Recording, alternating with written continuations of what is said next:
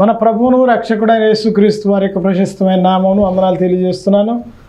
మీరు మీ కుటుంబ సభ్యులందరూ కూడా క్షేమంగా ఉన్నారని, ఆరోగ్యంగా ఉన్నారని నమ్మి ప్రభువును స్తుతిస్తున్నాను. మరలా తిరిగి ఈ సాయంకాల సమయమందు యేసు సుగంధ సువార్తమానాలు వినడానికి సమయం తీసుకుని వచ్చినటువంటి మీ అందరికీ ప్రత్యేకమైనటువంటి అభినందనలు తెలియజేస్తున్నాను. దేవుడు మీ కుటుంబాలని మిమ్మలను దీవించి ఆశీర్వదించాలని మనస్ఫూర్తిగా నేను కోరుకుంటున్నాను. ఈ రోజున ప్రత్యేకమైనటువంటి వర్తమానంతో నేను మీ మధ్యలోకి వచ్చి ఉన్నాను. దేవుని వాక్యం వినడానికి ముందుగా మీరు దయతో నాతో కలిసి ప్రార్థనలు ఏకీవించండి. ప్రభు ఈ రోజున మీతో మాట్లాడి మిమ్మల్ని బలపరచాలని, దేవుడు మీ విశ్వాసాన్ని బలపరచాలని ప్రార్థన చేద్దాం. మమ్మల్ని మిక్కిలిగా ప్రేమించిన మా ప్రియ పరమ తండ్రి, మీ పరిశుద్ధ ఉన్నత నామమునకు కృతజ్ఞత వందనాలు స్తోత్రాలు చెల్లిస్తున్నాను. ప్రభువా, ఈ సమయమందు మీ మాటలు వినడానికి సిద్ధపడి వచ్చిన ప్రియబిడ్డలందరినీ కూడా దీవించి ఆశీర్వదించండి నాయన. వారి హృదయాలు తెరవండి ప్రభు. వారు ఏ పరిస్థితిలో గుండా వెళుతున్నారో వారికి కావలసిన వర్తమానం వారికి మీరు అనుగ్రహించండి. మీ వాక్యమే బ్రతికించేది, బాధలలో నెమ్మదినిచ్చేది. మీ వాక్యము మా పాదములకు దీపం, మా త్రోవకు వెలుగై ఉన్నది. మీ వాక్యం ఎంతో విలువైనది, తేనె కంటే జుంటె తేనె దారుల కంటే మధురాతి మధురమైనది. అట్టి వాక్కుల ద్వారా మమ్మలను సంధించండి. మాతో సూటిగాను తేటగాను మాట్లాడి మా అందరికి కావాల్సిన వర్తమానం మాకు అనుగ్రహించమని, వినుటకు చెవులు అనుగ్రహించండి. మీ ఓ ప్రభు అర్థం చేసుకునే జ్ఞానం మాకు దయచేయండి. మా హృదయాలు తెరవండి. యేసయ్య పరిశుద్ధ నామమున అడుగుచున్నాను తండ్రి, ఆమేన్. మంచిది. గడిచిన వారంలో హగ్గయి గ్రంథంలో నుండి నేను మీకు 2వ అధ్యాయం 19వ వచనంలో ఇది మొదలుకొని దేవుడు మిమ్మలను ఆశీర్వదించుననే వర్తమానాన్ని మనం విన్నాం. దేవుడు ఆశీర్వదించేవాడని మనం తెలుసుకున్నాం. దేవుని ద్వారానే ఒక వ్యక్తి దీవించబడతాడు, ఆశీర్వదించబడుతుంది. ఒక ఉన్నతమైన స్థితిని, స్థానాన్ని దేవుని ద్వారానే ప్రతి వారు కూడా పొందుకుంటారు అన్న వాస్తవాన్ని మనం తెలుసుకున్నాం. ఇంకొకటి, దేవుడు మనల్ని పిలిచింది కూడా ఆశీర్వాదములకు వారసులు అవడానికే పిలిచాడని మనం తెలుసుకున్నాం. దేవుని యొద్దకు వచ్చి వారందరిని కూడా ఆయన ఆశీర్వదించేవాడే అన్న విషయం కూడా మనం తెలుసుకునే కృప దేవుడు మనకు అనుగ్రహించాడు. ఏం చేస్తే మనల్ని దేవుడు ఆశీర్వదిస్తాడో తెలుసుకుంటున్నాం. పోయిన వారం నేను చెప్పాను, పాపములను మనం విడిచిపెట్టిన క్షణం మొదలుకొని దేవుడు మనల్ని ఆశీర్వదించడం ప్రారంభిస్తాడు. ఇది మొదలుకొని ఇప్పటి వరకు మీరు ఏ శ్రమలలో గుండా వెళ్ళారు, ఏ ఆర్థిక ఇబ్బందుల్లో గుండా వెళ్ళారు, ఎన్ని ప్రయత్నాలు చేసి విఫలమైపోయారో అవన్నీ విడిచిపెట్టండి. ఈ రోజు మొదలుకొని, అంటే నీవు దేవుని సన్నిధిలో పాపములు విడిచిపెట్టింది మొదలుకొని దేవుడు నిన్ను ఆశీర్వదించడం ప్రారంభిస్తాడని గత వారంలో మనం విన్నాం. ఇంకా ఏం చేస్తే దేవుడు మనలను ఆశీర్వదిస్తాడో వాక్యం సహాయంతో కొన్ని విషయాలు ఈరోజు కూడా తెలుసుకుందాం. దేవుని వాక్యం మనకేం చెప్తుంది చూడండి. కీర్తనకారుడు 23వ కీర్తన 6వ వచనంలో అంటాడు, ఇదిగో చిరకాలము నేను యెహోవా మందిరంలో నివాసం చేసేదను. ఇంకో మాట మనం చూస్తే, యెరూషలేము ప్రేమించువారు వర్ధిల్లెదరు, యెరూషలేమును ప్రేమించేవారు వర్ధిల్లెదరు అని చెప్తా ఉంది. దేవుని యొక్క మందిరమును, దేవుని సంఘమును ప్రేమించేవారు, అలాగే దేవుని యొక్క సన్నిధిలో నివసించేవారు వర్ధిల్లుతారని దేవుని వాక్యం తెలియజేస్తా ఉంది. దావీదు భక్తుడు ప్రార్థన చేస్తూ ఏమని ప్రార్థన చేస్తున్నాడంటే, 2వ సమూయేలు గ్రంథం 7వ అధ్యాయము 29వ వచనంలో అంటాడు, నా కుటుంబము నిత్యము నీ సన్నిధిన ఉండునట్లు దానిని నీవు ఆశీర్వదించుమంటాడు. దేవుని సన్నిధిలోనే ఆశీర్వాదాలు దొరుకుతాయి అన్న సత్యము దావీదు భక్తుడికి బాగా తెలుసు. ఆయన కేవలం ఆశీర్వదించబడ్డానికి కారణం కూడా అది. ఏమిటంటే, ఆయన ఎక్కువ సమయం దేవుని సన్నిధిలో ఉండడానికి ఇష్టపడ్డాడు. దానిని బట్టే దేవుడు ఆయనను ఆశీర్వదించాడు. ఇక్కడ కీర్తనకారుడు అక్కడ చాలా చోట్ల రాస్తూ ఉన్నాడు, నా దేవుని మందిరానికి వెళ్ళాలని నాకు ఆశ ఉందంటాడు, దేవుని మందిర ఆవరణలో నివసించాలని కోరిక ఉందంటాడు, నిత్యము ఆయన సన్నిధిలో ఉండాలని ఆరాటం ఉందంటాడు. ఇవన్నీ కూడా ఎందుకు అంటున్నాడంటే, ఆయన ఉండేటువంటి స్థలము కంటే దేవుడు ఉండే స్థలాన్ని ఆయన ఇష్టపడుతున్నాడు. దేవుడు ఏ స్థలం ఉంటాడు? సంఘంలో ఉంటాడు. ప్రకటన గ్రంథంలో అంటాడు, ఆయన సంఘముల మధ్యలో సంచారం చేసేవాడు. ఎవరైతే దేవుని సన్నిధిలో ఉండడానికి ఇష్టపడతారో దేవుడు వారిని ఆశీర్వదిస్తాడండి. చాలామంది ఆశీర్వదించబడాలని కోరుకుంటారు, ఇల్లు వదిలిపెట్టి గుళ్ళోకి రారు. దేవుని మందిరంలో ఉండేటువంటి ఆశీర్వాదాల చేత దేవుడు మనల్ని తృప్తిపరుస్తాడన్న విషయాన్ని మనం తెలుసుకోవాలి. దేవుని సన్నిధిని మీరు ప్రేమించండి, దేవుని మందిరాన్ని మీరు ప్రేమించండి, మందిరంలో జరిగే ప్రతి క్రమాల్లోనికి మీరు అటెండ్ అవ్వండి, దేవుని సన్నిధిలో ఎక్కువ సమయం ఉండడానికి ఇష్టపడండి. తప్పనిసరిగా దేవుడు మిమ్మల్ని మీ కుటుంబాలను ఆశీర్వదిస్తాడు. చాలామంది ఇళ్లలోనే ఉంటారు, దేవా నన్ను ఆశీర్వదించి అంటారు. ఇల్లు వదిలిపెట్టి దేవుని మందిరానికి రాకుండా దేవుని ఆశీర్వాదాలు రావాలంటే ఎలా వస్తాయండి? మనం వెళ్ళాలి కదా దేవుని దగ్గరికి, దేవుని సన్నిధికి వెళ్ళాలి కదా, దేవుని సన్నిధిలో ఉండాలి కదా, దేవుని సన్నిధిలో సమయాన్ని గడపాలి కదా, దేవుని సన్నిధిలో ఆరాధించాలి కదా. చాలా చోట్ల 16వ కీర్తన అంటాడు, దేవా నీ సన్నిధిలో సంపూర్ణమైన సంతోషముల కాలం అంటాడు. దేవుని సన్నిధిలో సంపూర్ణమైన సంతోషం ఉంది, దేవుని సన్నిధిలో సమృద్ధి అయిన ఆశీర్వాదాలు ఉన్నాయి, దేవుని సన్నిధిలో సమాధానం ఉన్నది, దేవుని సన్నిధిలో వాక్యం ఉన్నది, దేవుని సన్నిధిలో దేవుని మనసు ఉంది, దేవుని సన్నిధిలో దేవుని దృష్టి ఉంది, దేవుని సన్నిధిలో దేవుని యొక్క ఆత్మ సంచారం జరుగుతూ ఉంటుంది. ఎన్నో ఉన్నాయండి దేవుని సన్నిధిలో. మరి ఇంట్లో ఏముంటుంది అని ఇంట్లో కూర్చుని ఉంటారు, మందిరంలో ప్రార్థనలు జరుగుతున్న సమయంలో కూడా ఆ 1 గంట 2 గంటలో లేకపోతే ఎంతసేపు క్రమం జరుగుతుంటే, ఎంతసేపు ఆరాధన జరుగుతుంటే అంత సమయం దేవుని సన్నిధిలో మీరు గడపనప్పుడు దేవుడు ఆశీర్వదించాలని మీరు ఎలా కోరుకుంటారండి? దేవుని సన్నిధిని ప్రేమించినటువంటి వ్యక్తి దావీదు అధికముగా ఆశీర్వదించబడ్డాడు. ఎంతగా ప్రేమించాడో చెప్పమంటారా? తన గృహము కంటే దేవుని మందిరాన్ని ఎక్కువ ప్రేమించాడు. ఆయన మొదటగా గొర్రెలు కాసుకునేటువంటి వ్యక్తి, కుటుంబంలో అందరికంటే లీస్ట్గా ఉండేటువంటి వాడు. అందరూ రాజు యొక్క సైన్యంలో ఉంటే ఈయన మాత్రం గొర్రెలు కాసుకుంటూ వెళ్ళిపోయాడు. ఆయన లెక్కలో లేనటువంటి వాడు, ఎవరు పట్టించుకునేవాడు కాదు, ఒక దీన స్థితిలో ఉన్నటువంటి వ్యక్తి. ఆయన అలాగే వెళ్ళిపోయి గొర్రెలు కాసుకుంటా ఉంటే ఎక్కడున్నా సరే దేవుని స్తుతిస్తూ, దేవుని ఆరాధిస్తూ, దేవుని పాటలు పాడుతూ, తంబుర సితార చేత పట్టుకుని దేవుని మహింపరుస్తూ ఉండేవాడు. దేవుడు అతని హృదయాన్ని ఎరిగినటువంటి వాడు. కుటుంబంలో వెలివేయబడిన వాడైనప్పటికి కూడా, సమాజంలో తక్కువ చూపు చూడబడుతున్న వాడైనప్పటికీ కూడా దేవుని దృష్టిలో గొప్పవాడిగా ఆయన కనపడ్డాడు. దేవుణ్ణి ఆరాధించడంలో, దేవుని ప్రేమించడంలో, దేవుని సేవించడంలో నెంబర్ 1 స్థానంలో ఉన్నవాడు దావీదు. దేవుడు అది చూశాడు. ఈయన మనుషులను సంతోషపెట్టే వ్యక్తిగా లేడు, కానీ దేవుని సంతోషపెట్టే వ్యక్తిగా ఉన్నాడు. ఈయన పాడే పాటల ద్వారా, ఈయన ఆరాధించే విధానం ద్వారా, ఈయన ప్లే చేసేటువంటి ఆ మ్యూజిక్ ఇన్స్ట్రుమెంట్స్ ద్వారా దేవుని సంతోషపెడుతున్నాడు. దాన్ని బట్టి దేవుడు తన మనసును గ్రహించి దేవుని మీద ఆయనకి ఎంత ప్రేమ ఉందో గమనించాడు. సో దేవుడు కూడా ఆయన మీద దృష్టి నిలిపాడు.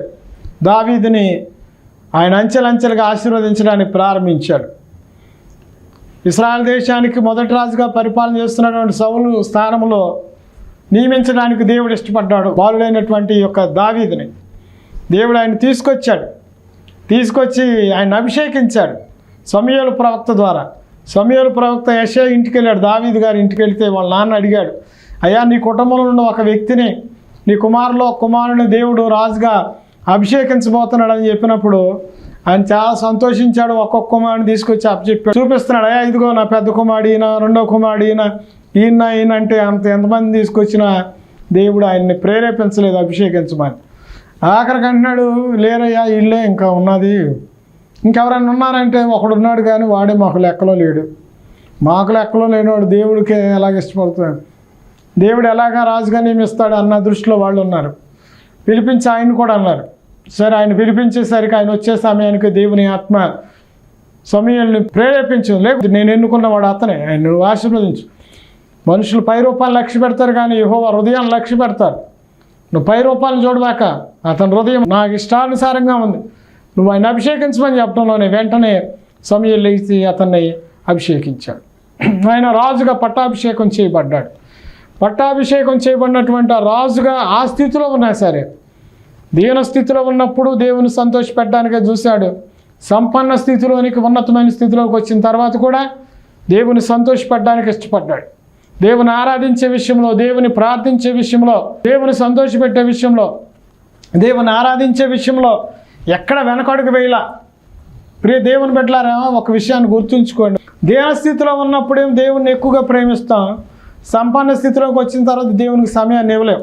మనకేమీ లేనప్పుడేమో దేవుడే సర్వం అనుకుంటాం, అన్నీ ఇచ్చిన తర్వాత దేవుడిని మనం పక్కన పెడతాం. అది మాత్రం మనం మర్చిపోవాలి. ప్రతి సందర్భంలో దేవుని మహింపరచడం తెలుసుకోవాలి. ఉన్నప్పుడు దేవుని స్తుతించాలి, లేనప్పుడు దేవుని స్తుతించాలి. దీన స్థితిలో దేవుని స్తుతించాలి, సంపన్న స్థితిలో దేవుని స్తుతించాలి. కష్టం వచ్చినప్పుడు దేవుని స్తుతించాలి, సంతోషం కలిగినప్పుడు దేవుని స్తుతించాలి. యోబు భక్తుని మనం చూస్తూ ఉన్నాం. ఆయన కూడా ఏమండి ఉన్నతమైన స్థితిలో ఉన్నప్పుడు దేవుని స్తుతిస్తూనే ఉన్నాడు. ఆయనకు అన్నీ పోయినా సరే దేవుని స్తుతిస్తూ ఉన్నాడు, దేవుని ఆరాధిస్తూనే ఉన్నాడు, దేవునికి నమ్మకంగా ఉన్నారు. అలాంటి వాళ్ళని దేవుడు ఎప్పుడు వదిలిపెట్టడండి. ఇంకోటి మనం గుర్తుంచుకోవాల్సింది ఏమిటంటే మన స్థితులు ఎప్పుడు ఒకేలాగా ఉండవు. ఈరోజు దరిద్ర స్థితిలో ఉన్న దేవుడికి ప్రార్థన చేసా, ఓ సంపన్న స్థితిని ఇచ్చాడు, దేవుని ప్రార్థన చేయడం మానేస్తారు. రేపు అనే రోజు పరిస్థితులు మారవండి, అప్పుడు మళ్ళీ దేవుడు గుర్తు వస్తాడు మనకి. గుర్తుంచుకోండి, అన్ని సందర్భాల్లో దేవుని స్తుతించాలి, అన్ని పరిస్థితుల్లో దేవుని మహింపరచాలి. పరిస్థితులు ఎలా ఉన్నా సరే మనం దేవుని ఆరాధించే విషయంలో, దేవుని ప్రార్థించే విషయంలో, దేవుని అనుసరించే విషయంలో ఎప్పుడు కూడా మనం వెనుదీయకూడదు. సో ఇప్పుడు చూద్దాం, దావీదు ఆ స్థితిలోనికి దేవుడు నడిపించి తీసుకొచ్చాడు కదా. ఆ స్థితిలో ఉన్నటువంటి దావీదు అంతఃపురాన్ని కలిగి ఉన్నాడు.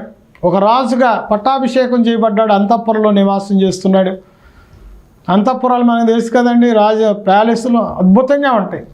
కానీ అలా ఉన్నా సరే ఆయన దృష్టి ఎక్కడ ఉండేదంటే దేవుని మందిరం ఆవరణలో ఉండేదన్నమాట. దేవుని మందిరంలో ఉండాలని ఇష్టపడేవాడు.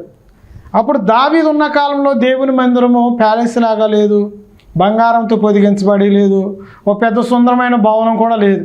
అది టెంట్లో ఉండేది. ప్రత్యక్ష గుడారం. కూర్చోడానికి ప్లేస్ సరిగ్గా ఉండేది కాదు, ఏమన్నా అంత సుందరంగా ఉండేది కాదు. అయినప్పుడు కూడా ఆయన అంతఃపురాన్ని విడిచిపెట్టి దేవుని మందిరంలో, దేవుని సన్నిధిలో ఉండడానికి ఇష్టపడేవాడు. అక్కడికి వెళ్ళడానికి ఇష్టపడ్డాడు ఆయన. దేవుడు ఆయన మనసును గ్రహించాడు. ఏమండి మనకి ఈ రోజుల్లో ప్రతి సంఘంలో కూడా అద్భుతమైనటువంటి అవకాశాలు ఉన్నాయి కూర్చోవడానికి కానివ్వండి. కొన్ని సంఘాల్లోనైతే ఏసీలు కూడా పెడుతున్నారు. సంఘస్థులు ఎక్కడ ఇబ్బంది పడతారోనని, చెమటలు పడతాయేమోనని.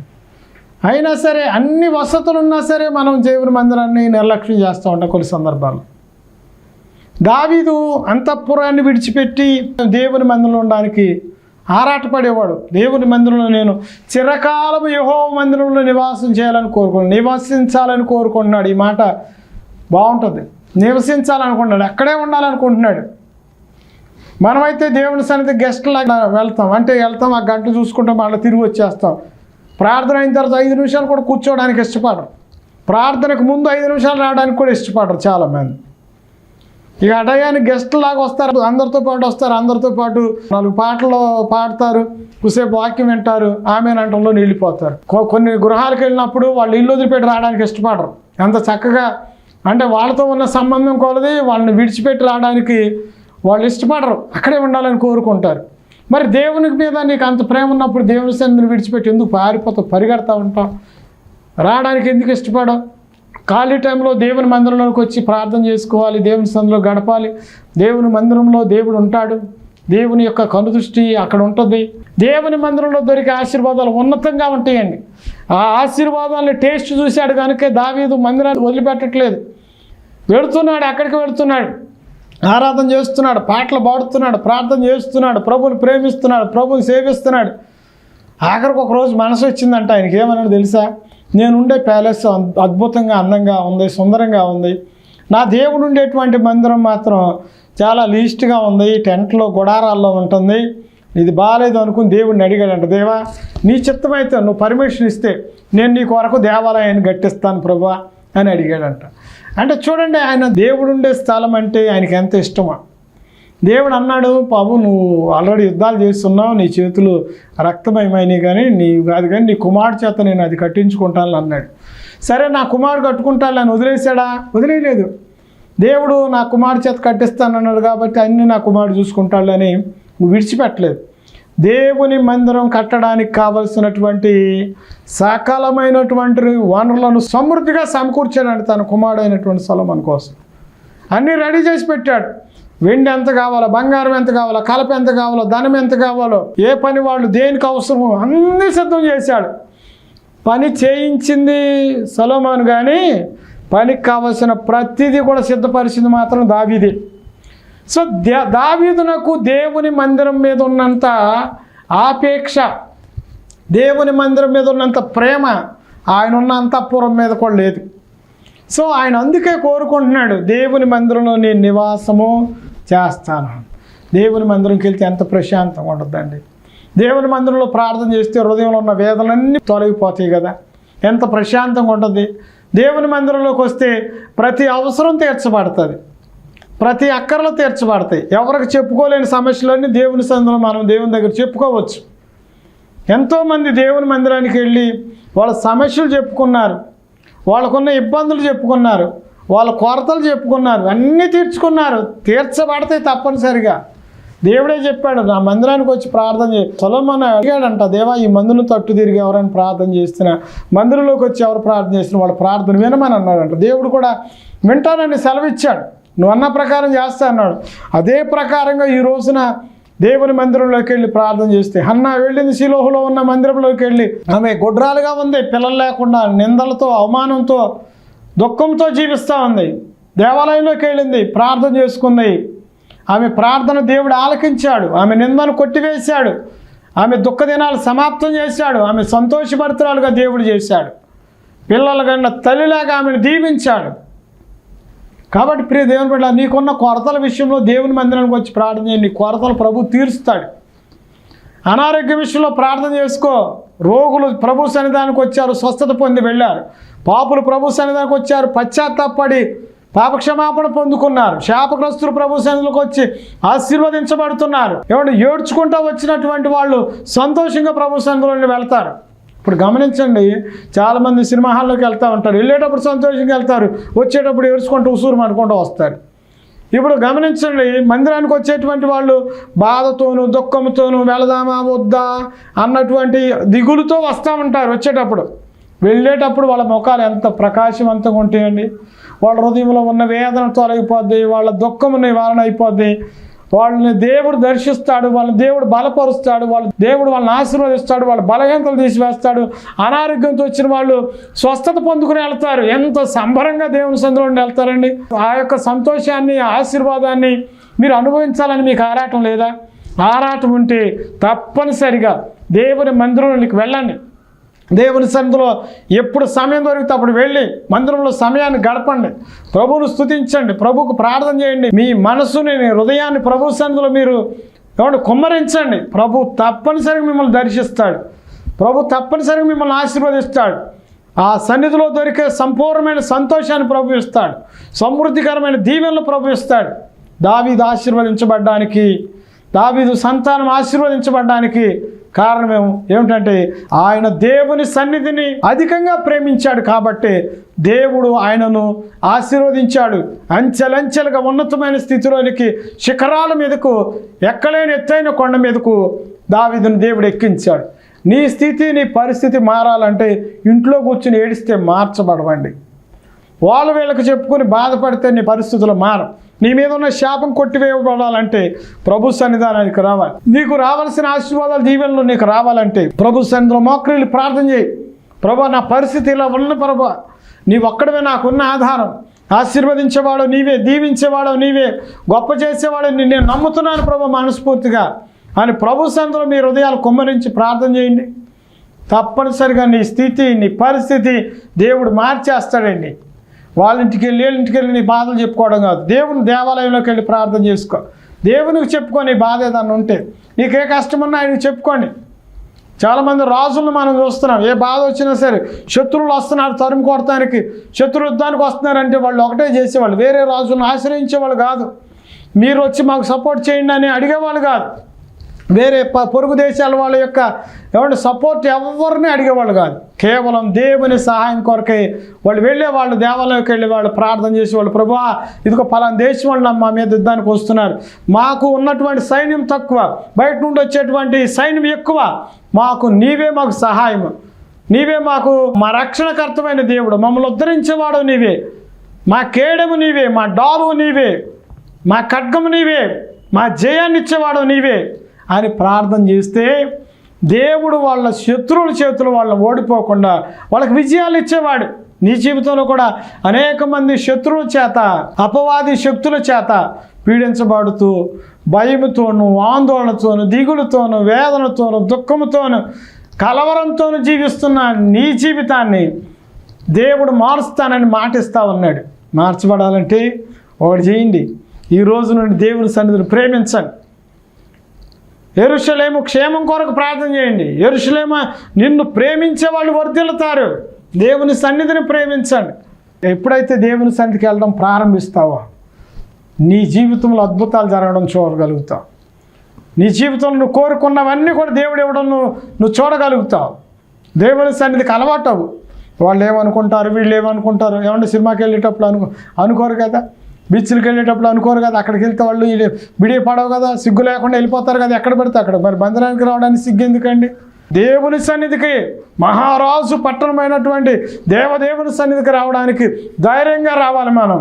ఆ దేవుడు నాకు ఇచ్చాడు అపాయింట్మెంటు ఆయన సన్నిధిలోకి వెళ్ళడానికి అని. ఒక ఎమ్మెల్యేని కలవడానికి వెళ్ళేటప్పుడు దర్జాగా వెళ్తారు, ఒక మినిస్టర్ని కలవడానికి వెళ్ళేటప్పుడు దర్జాగా వెళ్తారు. ఏమండి, మరి దేవుడు రాజులకు రాజు ఆయనే, ప్రభువులకు ప్రభు ఆయనే, సర్వ సృష్టికి కారణభూతుడు ఆయనే. ఆయన దగ్గరికి వెళ్ళేటప్పుడు ఇంకెందాక ఉందాక వెళ్ళాలి, సిగ్గుతో తలంచుకుని వెళ్ళాల్సిన అవసరం లేదు, బిడియంతో వెళ్ళక్కర్లేదు. వాళ్ళు ఏమనుకుంటారు, వీళ్ళు ఏమనుకుంటారు, ఎవరి గురించి ఆలోచన చేయొద్దండి. నీ పరిస్థితి మారాలని ఉందా, నీ స్థితిగతులు మార్చుకోవాలని ఉందా, ఉంటే తప్పనిసరిగా దేవుని మందికి రా. వాళ్ళు ఎగతాళి చేస్తారు, వీళ్ళు ఎగతాళి చేస్తారు. నువ్వు వేరే పాపం చేయడానికి వెళ్తున్నా, అక్కడ పాపాలు ఒప్పుకోవడానికి వెళ్తున్నావు. ఏదో తక్కువ వ్యక్తుల దగ్గరికి వెళ్తున్నా, ఎవరింటికి పడితే వాళ్ళ ఇంటికి తలెత్తుకుని వెళ్తావు కదా. దేవుని సన్నిధికి వెళ్ళడానికే, దేవుని సన్నిధానం కూడా హుందాగా వెళ్ళిపో, దర్జాగా వెళ్ళిపో. ఏమీ అధైర్యపడక్కర్లేదు, సిగ్గుపడక్కర్లేదు, బిడియపడక్కర్లేదు. దేవుని సన్నిధిలో వాళ్ళు ఏమనుకుంటారో, వీళ్ళు ఏమనుకుంటారో, ఎవరేమనుకుంటే మీకెందుకండి? మీ పరిస్థితి మారాలా లేదా? వాళ్ళు మీ పరిస్థితులు మారుస్తారా? వాళ్ళు మీకు బాధలు కొట్టివేస్తారా? మీ అనారోగ్యం తొలగిస్తారా? మీ అప్పులు తీరుస్తారా? మీ దుఃఖానికి నివారణ ఇస్తారా? మీ కన్నీరు తుడుస్తారా? మీ కష్టాలను విడిపిస్తారా? ఎవరు మీకు సహాయం చేసేవాళ్ళు లేరు. దేవుని సన్నిధికి రా, అన్నిటికీ సహాయం చేసేవాడు దేవుడు. ఆయన సన్నిధిని ప్రేమించు. ఆయన సన్నిధిని ప్రేమించినటువంటి భక్తులు అనేక మంది ఆశీర్వదించబడ్డారు, దీవించబడ్డారు. ఆయన సన్నిధిలో ఎవరి ఆయన సన్నిధిని కట్టినటువంటి సొలొమోను భక్తుడు మందిరాన్ని కట్టాడు. మందిరాన్ని కట్టిన తర్వాత దేవాలయంలో కొన్ని వేల గొర్రెలను, కొన్ని వేల పొట్టేళ్లను దేవునికి బలిగా, అర్పణగా అర్పించాడు. అక్కడ దేవాలయం దగ్గర అవన్నీ చేసి మోకాళ్ళుని ప్రార్థన చేశాడు. ప్రార్థన చేస్తే ఆ రాత్రి దేవుడు ఆయన దర్శించాడు. దేవుడు ఆయనతో మాట్లాడాడు. సొలొమోను, నీ ప్రార్థనలు నువ్వు చేసినవన్నీ కూడా నేను అంగీకరించాను, నీ బలులు నాకు సంతోషాన్ని ఇచ్చినాయి, నీకేం కావాలో కోరుకో, నేను నీకు ఇస్తానన్నాడు. దేవుని సన్నిధిని ప్రేమించినటువంటి సొలొమోను దేవుని సన్నిధిలో అర్పించిన అర్పణలో దేవుడు అంగీకరించి ఏం కావాలో కోరుకోమన్నాడు. ఆయన అన్నాడు, ప్రభువా, ఆ పాత్రునయ్యా, నాకు ఇంతమంది జనాన్ని ఇచ్చావు, ఇంత రాజ్యాన్ని ఇచ్చావు, ఏలడానికి కావలసిన జ్ఞానమును, వివేచన ఆత్మను నాకు దయచేయమని అడిగాడు. దేవుడు అన్నాడు, నువ్వు ధనమునైనను నీ శత్రువుల ప్రాణమునైనను అడగలేదు కాబట్టి నేను నీకు ధనాన్ని ఇస్తాను, ఐశ్వర్యాన్ని ఇస్తాను, జ్ఞానాన్ని కూడా ఇస్తానని చెప్పాడు. అన్న ప్రకారమే దేవుడు ఆయనకి గొప్ప జ్ఞానాన్ని ఇచ్చాడు. భూమి మీద జన్మించినటువంటి రాజులు కానీ, మహాజ్ఞానుల్లో కానీ సొలొమోనుకు ఉన్నంత జ్ఞానము, సొలొమోను మహాజ్ఞాని అని పిలువబడ్డాడు. గొప్ప ఐశ్వర్యాన్ని ఇచ్చాడు. ఆయన కట్టిన మందిరము, ఆయన కట్టినటువంటి ఉద్యానవనాలు, ఆయన కట్టినటువంటి అంతఃపురాలు ఉన్నతంగా ఏ రాజు కట్టినంతగా కట్టాడు. ఆయన పేరు ప్రఖ్యాతలు ప్రసిద్ధి చెందిపోయినాయి. అంత గొప్ప కృపను దేవుడు సొలొమోనుకు కూడా ఇచ్చాడు. ఎందుకో తెలుసా? ఆయన ఫస్ట్ చేసిన పని దేవుని మందిరాన్ని కట్టాడు, దేవుని మందిరాన్ని ప్రేమించాడు, దేవుని ప్రేమించాడు, దేవుని సన్నిధిలో అర్పణలు అర్పించాడు, బలులు అర్పించాడు, దేవునికి ప్రార్థన చేశాడు. సో దట్ దాన్ని బట్టి దేవుడు ఆ దావీదు కుమారుడైనటువంటి సొలొమోనును కూడా గొప్పగా ఆశీర్వదించాడు. నీవు నీ కుటుంబం ఆశీర్వదించబడాలని కోరుకుంటున్నారు కదా? దావీదు వలె, సొలొమోను వలె ఆశీర్వదించబడాలని ఆరాటం నీలో ఉంది కదా? నీకున్నటువంటి రుణాలు కొట్టివేయబడాలి, ఆర్థిక సమస్యలు తొలగిపోవాలి, నీ కుటుంబంలో ఉన్న ప్రతి గలిబిలు కొట్టివేయబడాలి, నీ హృదయంలో ఉన్న వేదన తొలగిపోవాలి, నీ మీద పడుతున్న శత్రువుల భారం, ఆ బాధ నుండి నువ్వు విడుదల పొందాలి. అన్నీ జరగాలంటే ఒకటే, దేవుని మందిరాన్ని నువ్వు ప్రేమించు. దేవుని సన్నిధికి ఒక అడుగు ముందేసిరా. నువ్వు ఒక్క అడుగు దేవుని మందిరానికి రావడానికి ఒక్క అడుగు వేస్తే దేవుడు మిగతా అడుగులు నీ చేత వేయిస్తాడు. దేవుడు గొప్ప కార్యాలు చేసేవాడండి. ఇది మొదలుకొని దేవాలయంలోనికి రావడం మొదలుకొని దేవుడు నిన్ను ఆశీర్వదించడం ప్రారంభిస్తాడు. ఇంట్లో ఉండి దేవా నన్ను ఆశీర్వదించంటే దేవుడు ఆశీర్వదించాడు. ఏమండి, డాక్టర్ కొంతమంది అంటారు నా పరిస్థితులు మారిస్తే కానీ దేవుని దగ్గరికి వస్తానంటారు. డాక్టర్ గారి దగ్గరికి కూడా అలాగే వెళ్తారా? వెళ్ళరు కదండి. జబ్బు తగ్గితే డాక్టర్ దగ్గరికి వెళ్ళరు కదా. జబ్బు తగ్గించుకోవడానికే డాక్టర్ దగ్గరికి వెళ్తారు. అలాగే దేవుడి దగ్గరికి మనం వచ్చేది ఎందుకు? మనకున్న బాధలు తొలగిపోవాలంటే దేవుని దగ్గర రావాలి. కష్టాలు తీరాలంటే దేవుని దగ్గర రావాలి. యేసు ప్రభు నీ కోసం నిన్ను ప్రేమిస్తున్నాడు. నీ బాధలు, నీ నిందలు, నీ అవమానాలు, నీ శాపాన్ని, నీ పాపాన్ని సమస్తాన్ని కొట్టివేసి నీకు నెమ్మదినివ్వడానికి, నీకు ఆశీర్వాదాలు ఇవ్వడానికి ఇష్టపడుతున్నాడు. ప్రియ సోదరి సోదరులారా, ఇది మొదలుకొని దేవాలయంలోనికి రావడము, అడుగు పెట్టింది మొదలుకొని దేవుని ఆశీర్వాదాలు నీ మీద ఉండడం నువ్వు చూడగలుగుతావు. నీ బాధలు తొలగిపోవడం చూడగలుగుతావు. ఏమండి, నీ యొక్క కన్నీటిని దేవుడు తుడుస్తాడు. నీ కష్టాలు తీసేస్తాడు. నీకు ఆశీర్వాదాలు వెంబడి ఆశీర్వాదాలు, దీవెనలు వెంబడి దీవెనలు దేవుడు నీకు ఇస్తాడు. మొదలుపెట్టు దేవుని సన్నిధానాన్ని ప్రేమించడం, దేవుని సన్నిధానానికి రావడం ప్రారంభించు. దేవుని సన్నిధిలో గడపడం నేర్చుకో. కొంతమంది విశ్వాసులైన వాళ్ళు కూడా ఎక్కువ సమయాన్ని దేవుని సన్నిధిలో గడపడానికి ఇష్టపడలేదు. ఇష్టపడండి. మీరు కూడా మీ నిందలు తొలగిపోతాయండి. మీ దుఃఖం నాకు నివారణ కలుగుతుంది, మీకు శాంతి కలుగుతుంది, మీకు సమాధానం కలుగుతుంది, మీకున్న కొరతలు తీర్చబడతాయి, కొదువులు తీర్చబడతాయి. మీకు లోటును దేవుడు తీరుస్తాడు. మరి ఎలాంటి ఆశీర్వాదాలు దేవుడు నీకు ఇస్తాడు. హగ్గయి గ్రంథంలో అన్నాడు, ఇది మొదలుకొని ఇప్పటి వరకు మీకు దీవెన లేదా? దేవుని మందిరానికి రావడం స్టార్ట్ చేయి. ప్రారంభం మొదలుకొని దేవుడు నీకు కావలసిన ఆశీర్వాదాలు దేవుడు నీకు అనుగ్రహిస్తాడు. స్వస్థతనిస్తాడు, బలమునిస్తాడు, ఆశీర్వాదాలు ఇస్తాడు, అధికారం ఇస్తాడు, అభిషేకాన్ని ఇస్తాడు. అన్ని రకాల దీవెనల చేత దేవుడు నిన్ను, నీ కుటుంబాన్ని తృప్తిపరుస్తాడు. అలా ఆశీర్వదించబడాలని కోరుకుంటున్నారా? కళ్ళు మూసుకొని ప్రార్థన చేద్దాం. మమ్మల్ని మిక్కిలిగా ప్రేమించిన తండ్రి, మీ పరిశుద్ధ నామమునకు కృతజ్ఞత వందనాలు చెల్లిస్తున్నాం. ఇదిగో ఇది మొదలుకొని నేను మిమ్మల్ని ఆశీర్వదిస్తున్న వాగ్దానం ఇచ్చారు. మీ సన్నిధికి రావడం ప్రారంభించింది మొదలుకొని మీ ఆశీర్వాదాలు మమ్మల్ని వెంబడిస్తాయని, మీ సన్నిధిని ప్రేమించేవారు వర్ధిల్లుతారని, మీ సన్నిధిలో నివాసం చేసేవాళ్ళు ధన్యులని మాకు తెలియజేసిన మాటలన్నిటి బట్టి మీకు వందనాలు. ఇక్కడున్న ప్రియ బిడ్డలందరూ కూడా మీ సన్నిధికి రావడానికి ఎలాంటి సందేహం లేకుండా, సంకోచం లేకుండా నీ సన్నిధికి నిర్భయంగా నిశ్చింతగా వచ్చి మీ సందులో గడిపి ప్రార్థించి వాళ్ళ కష్ట సుఖాలు, బాధలు, నష్టాలు అన్నీ కూడా నీ సందులో తెలియజేసి వారి సమస్యల నుండి విడుదల, వారికి అనారోగ్యం నుండి స్వస్థత, వారి శాపం నుండి ఆశీర్వాదం పొందుకునే భాగ్యం నీ బిడ్డలందరికీ దయచేయమని, బిడ్డలను ఆశీర్వదించిన కుటుంబాన్ని దీవించండి, బలహీనలను బలపరచండి, రోగులను స్వస్థపరచండి. ప్రభు కుటుంబంలో శాంతి, సమాధానం, ఐక్యత, ఆశీర్వాదం మెండుగా దయచేయమని ఈ వీరి పిల్లల కుటుంబాలను ఆశీర్వదించండి. యేసయ్య పరిశుద్ధ నామమున నడుచున్న మా పరమ తండ్రి, ఆమేన్. ఇప్పటివరకు వాక్యం విన్న మిమ్మల్ని అందరూ కూడా దేవుడు దీవించును గాక. వాక్యం వల్ల మీరు దీవించబడి ఆశీర్వదించబడినట్లయితే మాకు తెలియచేయండి. మీకు ఏమైనా ప్రార్థన అవసరాలు ఉన్న స్క్రీన్ మీద కనిపిస్తున్న ఆ ఫోన్ నెంబర్కి ఫోన్ చేయండి. మీకోసం మేము అన్నిత్యం ప్రార్థన చేయడానికి సిద్ధంగా ఉన్నాం. దేవుడు మిమ్మల్ని, మీ కుటుంబాలను దీవించి ఆశీర్వదించును గాక. ఆమేన్. God bless you.